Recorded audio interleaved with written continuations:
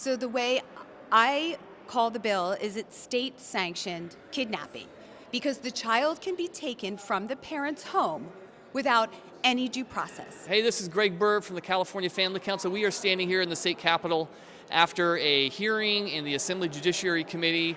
There was a bill that we've been really concerned about. Erin Friday from Our Duty testified against this bill. It's AB 665, dealing with parental rights and the ability of minors to consent to their own counseling. So why don't you just explain the bill to us and explain why you're concerned? Okay, so this bill would permit 12 and older kids who are mature enough, as defined by a counselor. So let's talk about school counselors and the caliber, and they can decide whether the child goes to a residential facility or not without parental consent. Now, the bill originally had safeguards, and those safeguards were if the child was in danger to themselves or to others, or the parents were accused of abuse, then the child and the counselor could unilaterally decide to go to a residential facility. But what this bill does is it takes away those guardrails.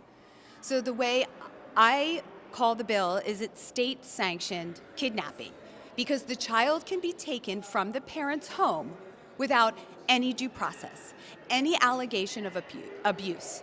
And California continues to trample on parental rights. So these residential shelters, what would that include? I mean, what is a residential shelter?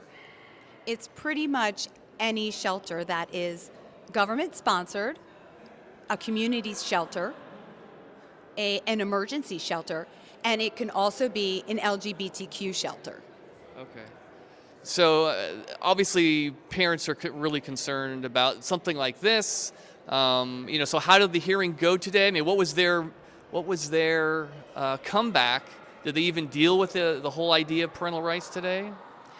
Well, there was one Republican who did talk about parental rights, and that's Bill Asaley. And I have this concern that children are being empowered to make adult decisions, whether that's seeking counseling in a particular way or making medical decisions, and parents are being pushed to the side and treated as spectators of their kids instead of parents to raise them. And I think it's creating a wedge between parents and children, and I'm concerned about that. Kids need their parents, they need that nurturing, they need that support, and I don't think the state should be making policy that tries to separate them. We should be working together. And thank you to him. He also has a wonderful bill, AB 1314, which will return parental rights, parents involved in their children. But it was shocking to me because the Judiciary Committee missed the whole point of this bill.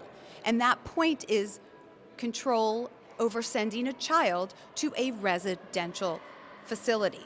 So let me give you an example. So a child who is 12, that could be 6th grade, 7th grade, can go to school.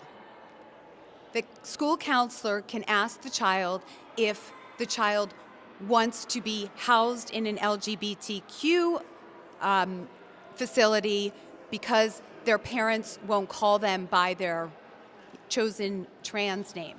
The child can say yes, and that child doesn't come home from school that day. That child is instead sent to a residential facility, and then the parents, who have never been accused of abuse, have no black marks, are not brought before a court, will have to fight to get that child back.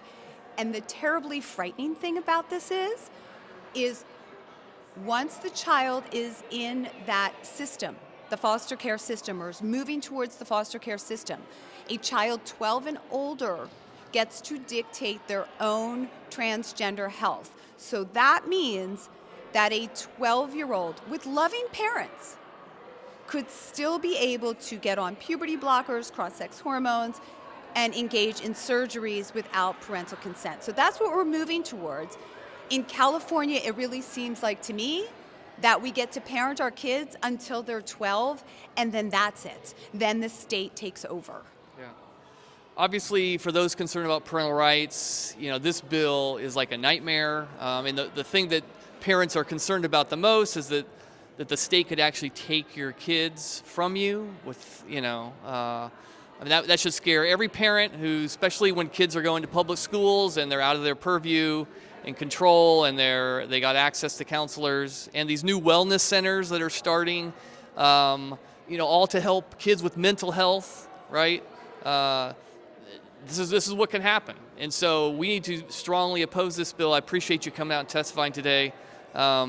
This sounds scary because it is scary. We're trying to sound the alarm here. So thanks for coming out. Thank you.